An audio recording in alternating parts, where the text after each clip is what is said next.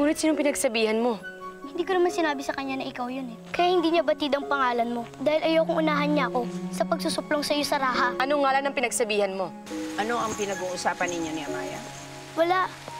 Maaari na po akong magpaalam. Gumawa ka muli ng paraan upang tuluyang masira si Amaya sa tingin ng mga babaylan. Alam kong mapapadali ang aking paghuli sa kanya kung magtatakda ako ng malaking pabuya. Mag-ingat kang walang makalam ng lihim mo.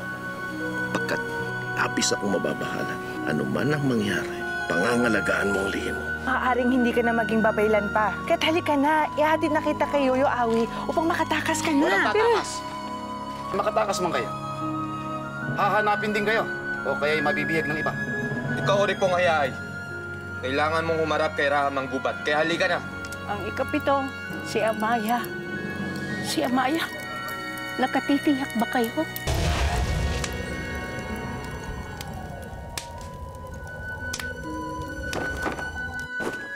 Wala ba kayong balak umuwi, Ginoo? O dito na lamang tayo magpapalipas ng gabi? Maaari natin gawin yan. Ayaw niyo bang umuwi sa inyong asawa? Umiiwas ba kayo kay Bayi Marikit? Ay, ba't ko ba naitanong ang mga bagay na sadyang alam ko ng kasagutan? Kakaiba si Bayi Marikit, Ginoo. Pinagtangka niya pa kayong gayumahin at ako pa ang nakainom nito. Mabuti na lamang pinagamot ako nitong si Waba. Nawala tuloy ang bisa ng gayuma. Mabuti na lamang ikaw nakainom ng gayuma. Salamat sa inyo, nakaiwas ako sa balak ng aking asawa. Ngunit, hanggang kailan kayo iiwas sa inyong kabiyak, Ginoo? May mahal man kayong iba. Tanggapin niyo na naman may asawa na kayo. Hindi na natin mababago ang mga bagay na yaon. Kung maaari lamang lubayan niyo muna ako. At huwag kayong sasama. Nais ko mapag-isa.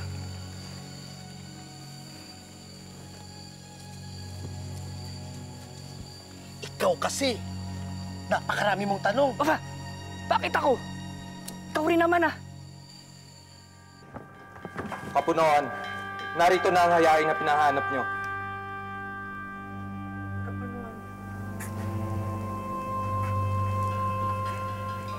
Baka nakakalimutan mo na ang ginawa mong kapangahasan sa akin noon. Bakit ka nagsinungaling?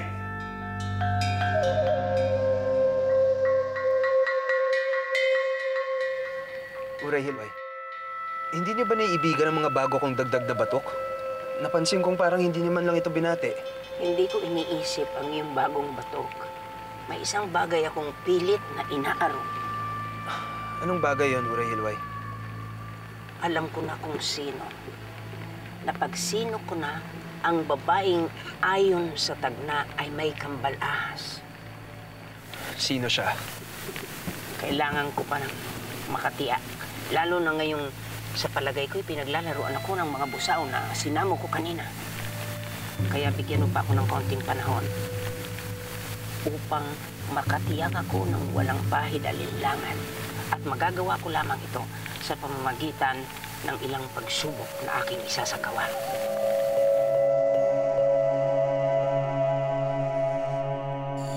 Amaya, bakit yung pinapag-usapang tumakas muli? Isa ka ng alabay. Timawa ka na. Bakit ka aalis sa isang pod na unti-unting nagiging mabait sa'yo? Lumad, hindi ko masasagot ang mga tinatanong mo sa akin. Bakit hindi? Maaari mo akong pagkatiwalaan.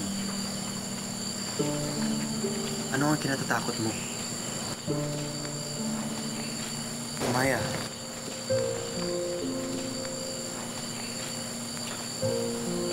Ilang pagkakataon na kitang akin na tulungan. Batid na marahil isa akong kaibigan. Maya. Sagutin mo ako. At ano ba ang tinatanong mo, Lumad? Ginoo.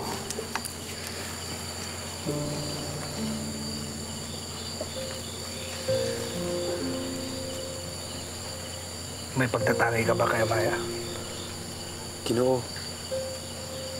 Mawalang galang mo. Oo. Tama ang iyong tinuran. Nagtatapat nga ng pag-ibig sa akin si Lumad. Nais niyang malaman kung iniibig ko din siya.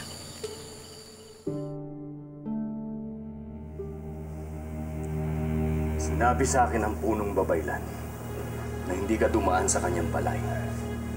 Gayong ibinalita mo sa akin na siya ay may sakit na hindi naman totoo. Bakit ka nagsinungaling sa akin, Hayahay? Mahal na Raha. Marahil ay nagkamali ako. Inakala ko may sakit ang punong babaylan. Dahil nakita ko siya nakaratay kahit na hindi niya ako napansin. Kaya't nagkusang loob ako na ipaalam na kayo na lamang ang dumulog sa kanya kahit hindi niya inatas ito sa akin.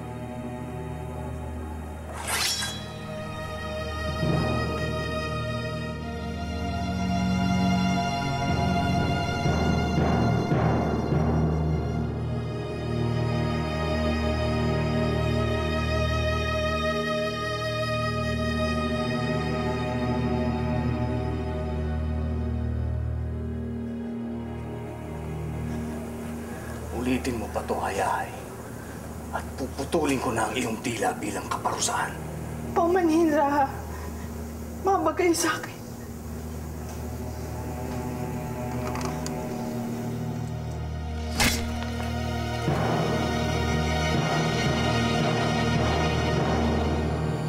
At ang iyong sagot?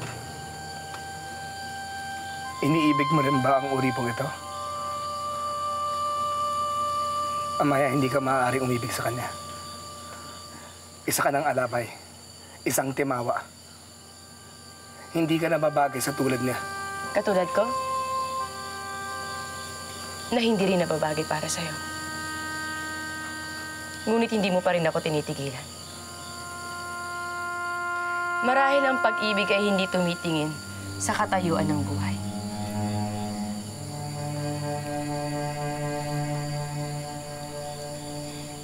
Kaya, Lumad, nais mo malaman kung may pagtingin ako sa'yo?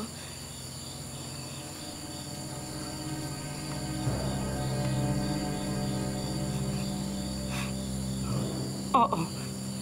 May pagtingin ako sa'yo. Ma, hindi ako naniniwala sa mga katagang binibitawan mo. Huwag mo kong lilinlangin. Hindi kita nililinlang.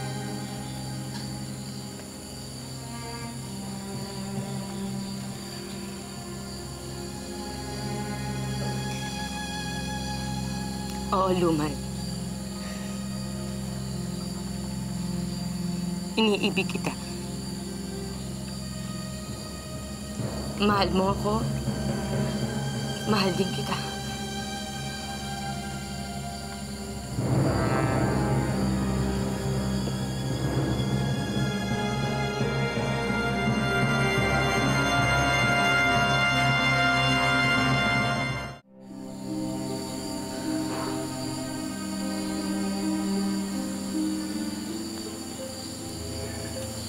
Paumanhin. Hindi ko na kayo gagambalain pa.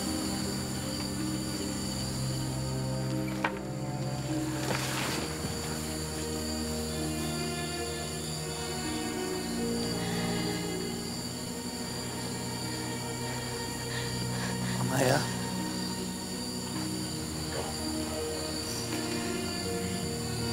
Patawarin mo ako, Lumad. Patawarin mo ako kung ginamit kita para lumayo ang Ginoo. Napakarami ko nang iniisip. Ayoko na makadagdag pa siya sa mga iniisip ko.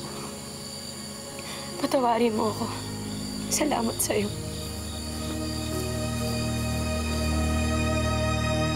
Batid kong hindi kagawan ng mga busawang mga sugat na lumalabas sa kanyang balat. Ngunit hindi ko maintindihan kung bakit siya nagkakaganito. Marahil dahil sa kanyang lagnat kaya may mga lumalabas sa sugat sa kanyang balat. Madali lamang gamutin ito. Sandali, kukuha ko na may papainom sa kanya. Asinas, ubus na ang gamot. Kaya bukas nais kong tipunin mo ang lahat ng mga alabay at sila ang uutusan ko upang humanap ng gamot na panglunas. Masusunod po ng babaylan. Abyang, halika na. Maghanap tayo ng ating mautusan.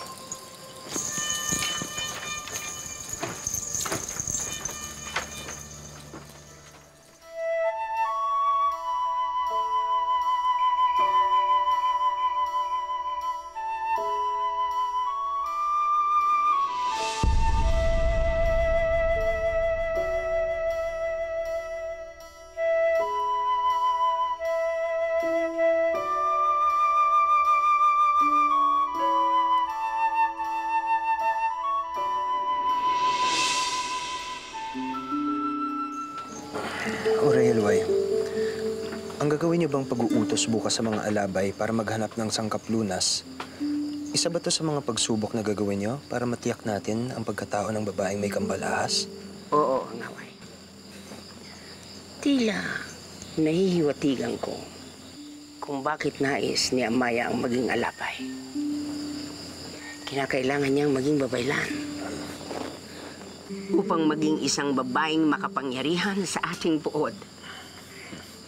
Kaya bukas, isang bitag ang ipapain ko sa kanya upang matukoy ko siyang ganap.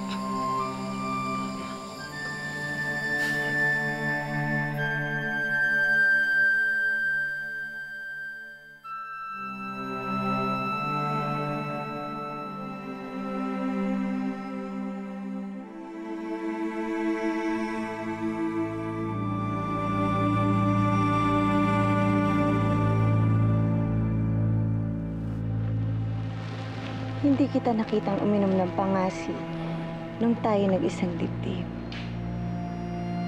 Ngunit ngayon nagpapakalunod ka.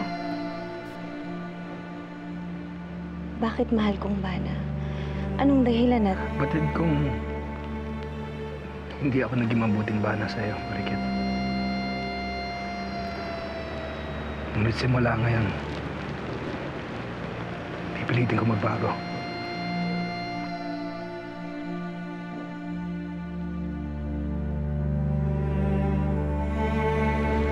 Susubukan ko ng ibigin ka sa abot ng aking makakaya.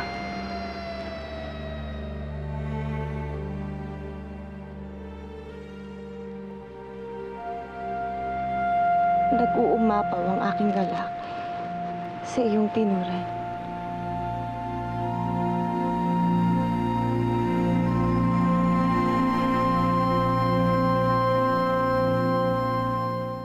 Akala ko pupugutan ako ng ulo ni Raha kagabi.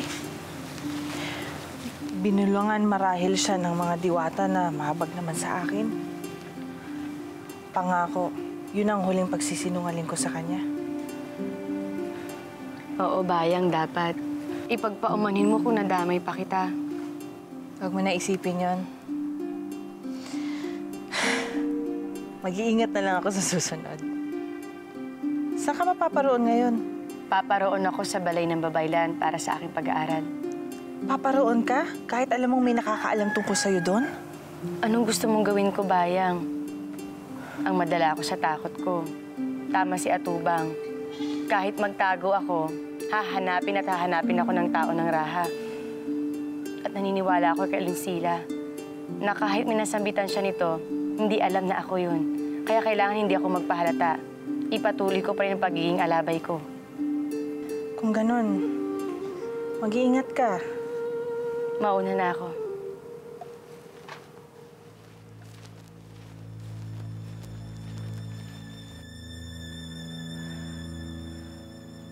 Punong Babaylan, patnubayan ninyo si Amaya. Naway bigyan ninyo ako ng kapangyarihan ng isip upang makilala ko kung sino ang pinagsumbungan ni Alinsina. Pagmasdan ninyong mabuti ang balat ni Orandok. Natukoy na namin kung ano ang pinagmula ng kanyang sakit. At batid ko na rin kung paano gagamutin ang kanyang sakit sa balat. Ngunit kulang tayo sa sangkap upang magamot siya ng tuluyan. Anong sangkap ang kulang, Punong Babaylan? Kailangan natin ang pinaghunusan ng ahas na kung ihahalo sa ipaiinom na katas ng mga halamang gamot ay may likas na panlunas sa mga matitinding sakit sa balat. Kaya kayo mga alabay, inaatasan ko ang siyang humanap sa pinaghunusan ng ahas. Ngunit, Punong Babaylan, napakahirap ng pinahahanap nyo. Eh, kakausapin ba namin ang mga ahas upang ituro sa amin kung nasaan ang kanilang pinaghunusan? Siya nga naman. Katahimikan! Alam kong hindi madali ang pagsubok nito. Ngunit, ang sino man sa inyo na makahanap ng pinaghunusan ng ahas ay siyang magiging pinuno ng mga alabay. At kung ikaw ay nahirang na pinuno ng mga alabay, hindi rin nalalayo upang ikaw ay mahirang na maging ganap na babaylan. Kaya humayo kayo.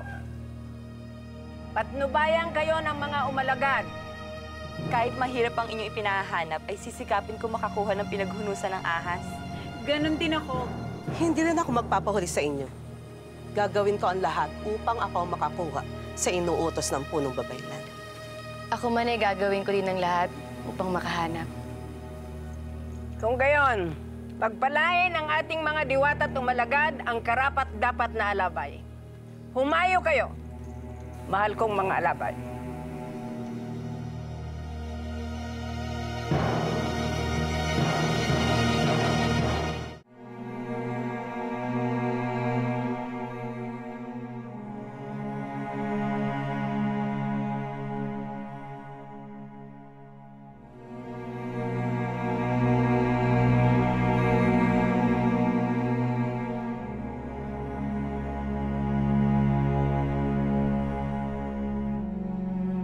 Patawad, Dalaang, ina ni Amaya. Alam kong mali ang mamuhay sa isang kasinungalingan. Subalit naghahangad lamang ako na matikman rin ang pagmamahal at pagkalinga ng isang ina. Sa mga ipinamalas ng kabutihan ay napamahal na rin kayo sa akin. Kaya nananalangin ako sa lahat ng ating mga umalagad na huwag kayong mawiin pa sa akin. Iloy.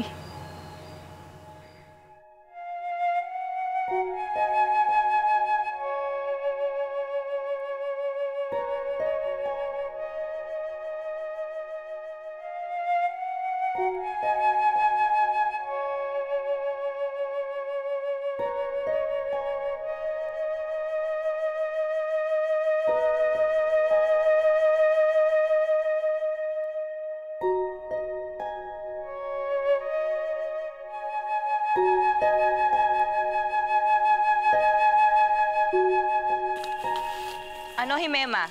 May natagpuan ka na bang pinaghunusan ng ahas? Wala pa. Pagbutihan mo ang paghahanap. Ayoko maungusan tayo ng ibang alabay, lalo na ni Amaya. Lata ko sa mukha niya kanina ang pagnanais na manalo sa pagsubok ng ating punong babaylan. Kaya pagbutihan mo pa ang paghahanap. Oo. Kapit?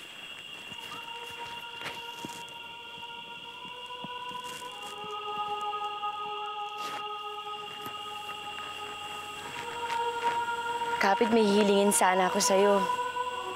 Maaari mo ba akong dalhin sa mga kapwa mo as upang humingi ng pinaghungusan nila? Nang sa galing madala ko sa punong babaylan. Hindi pa katagalang nagsilisan ng aking mga alabay upang isagawa ang aking ipinapuutos. At sa pamamagitan nito, malalaman niyo na kung sino nga ang babaeng itinakda? Sa ikli ng panahon ay tinakda ko upang hanapin nila ang pinagudusan ng ahas. Hindi madaling hanapin yun. At ang unang magdadala nito sa akin, at batid ko na siyang itinuro sa akin ang busaw na aking isinama. Ang ngaway, siya na nga ang babaeng may kambal ahas.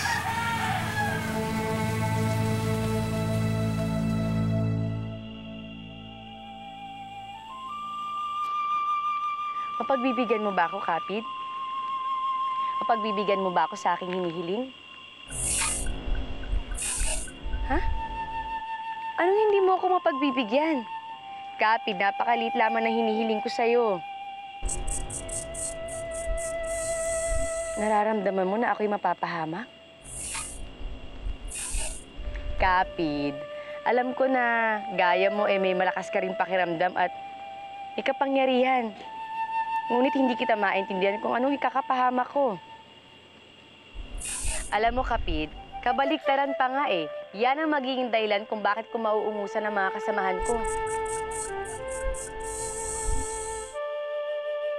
Huli ka na, sapagkat may pinagsabihan na ako.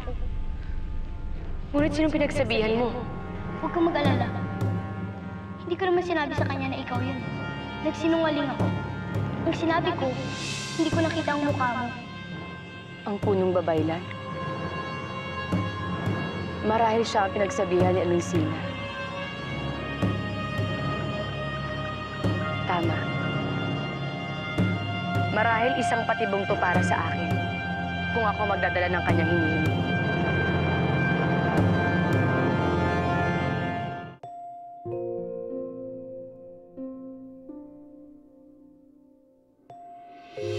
Marahil ang pag-ibig ay hindi tumitingin sa katayuan ng buhay.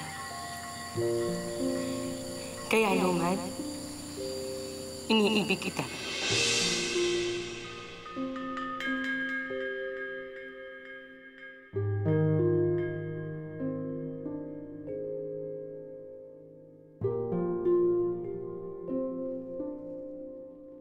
Mahal?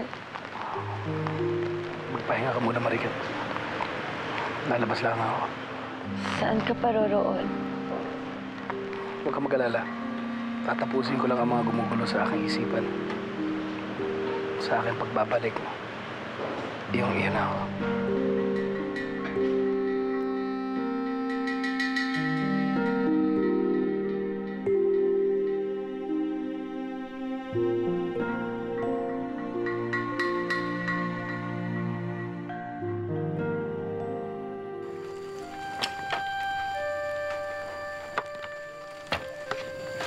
Ay, Madlaw.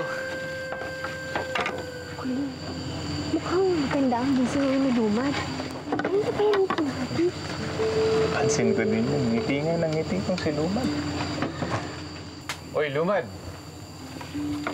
Ikaw ba'y nanaghihintang sa magandang dilag at ganyan na lamang yung pagkakangiti? Ano ibig mong sabihin?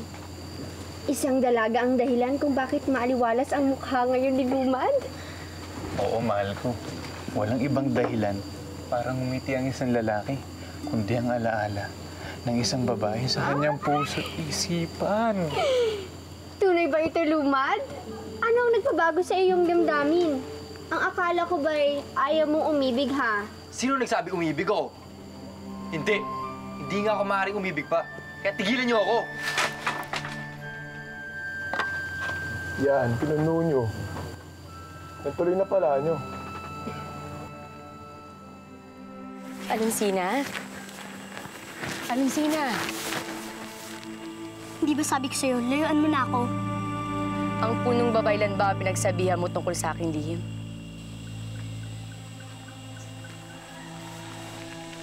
Alonsina? Ayoko sagutin yan. Hindi pwedeng hindi mo sagutin. Buhay ko ang nakasalalay dito. Huwag mo na akong tiisin, Alonsina. Gaya ng hindi ko pagtitiis sa'yo nung pinagtanggol kita sa amahin mo. Kahit ngayon lang maging tapat ka sa akin. Siya ba ang pinagsabihan mo? Oo, siya nga. Ang punong babaylan nga.